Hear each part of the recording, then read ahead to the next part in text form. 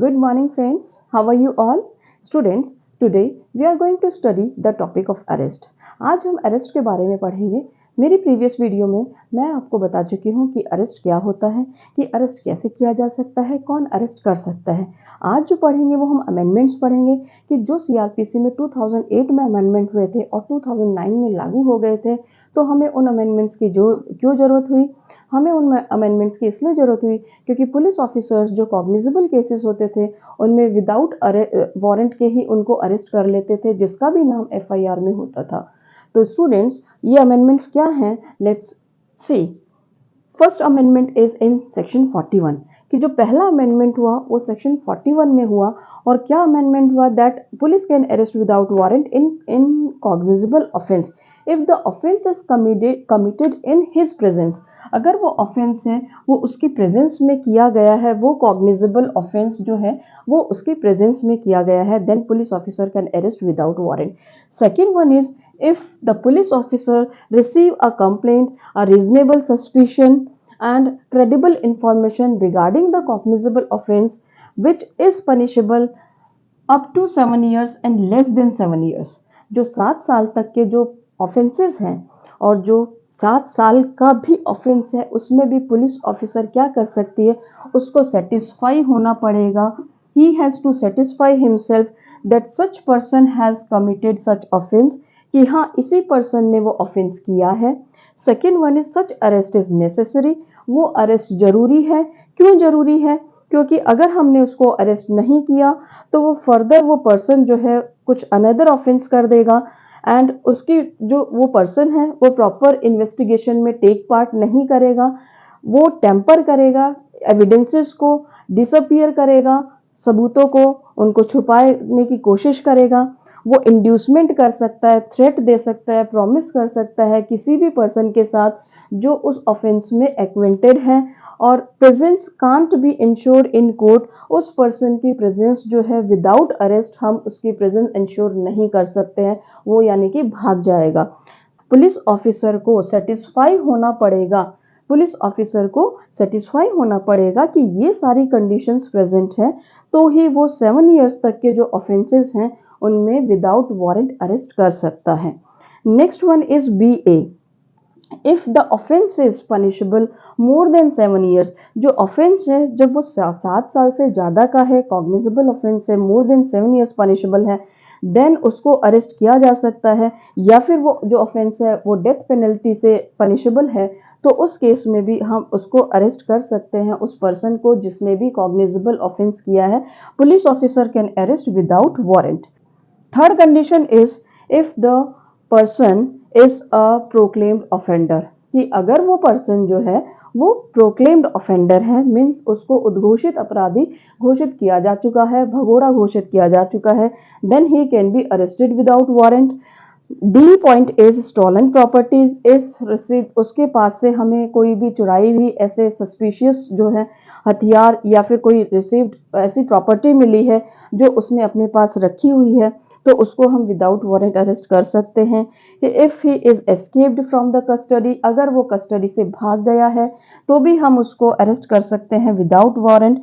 If he is a deserter from the armed forces, अगर armed forces को छोड़कर वो पर्सन कहीं और भाग गया है without information. And another points are जी पॉइंट, और that is offence out of India, अगर उस पर्सन ने ऑफेंस जो किया है वो इंडिया के बाहर किया है तो भी हम उसको विदाउट वारंट अरेस्ट कर सकते हैं।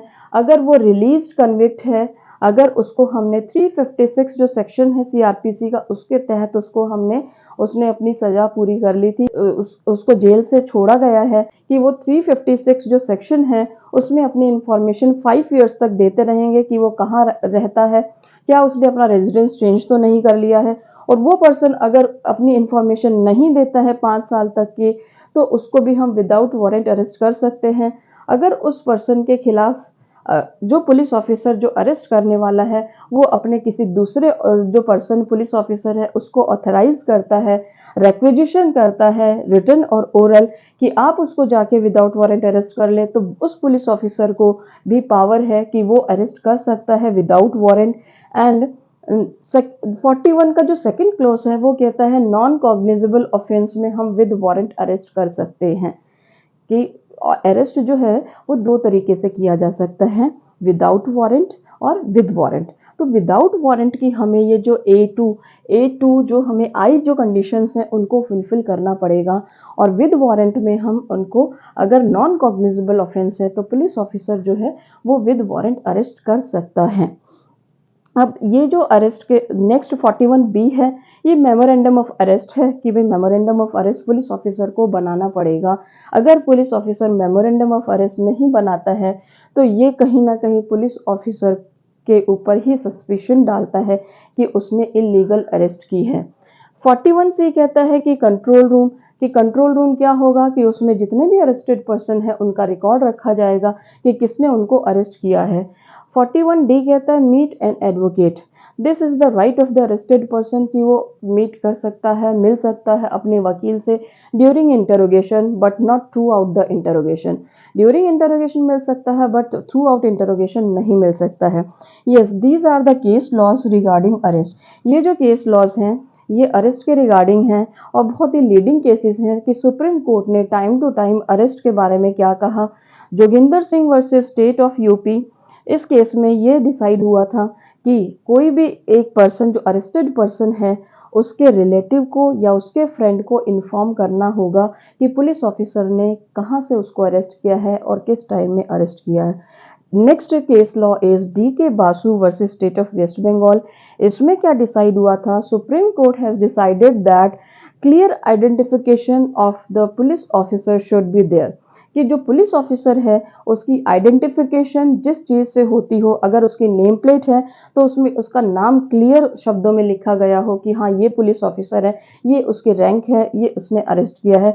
तो ये DK बासु के केस में डिसाइड हुआ था। And third one is Arnesh Kumar versus state of Bihar, कि Arnesh Kumar versus state of Bihar में क्या डिसाइड हुआ था कि कुछ स्टैंडर्ड्स होने चाहिए, should be followed for arrest, कि ऐसे जो स्टैंडर्ड्स जो यहाँ दिए गए हैं, जो CRPC में भी अब अमेंडमेंट करके उन स्टैंडर्ड्स को डाल दिया गया है कि जो अरेस्ट है उसको फॉलो करने के लिए, उसको करने के लिए कुछ स्टैंडर्ड्स होने चाहिए।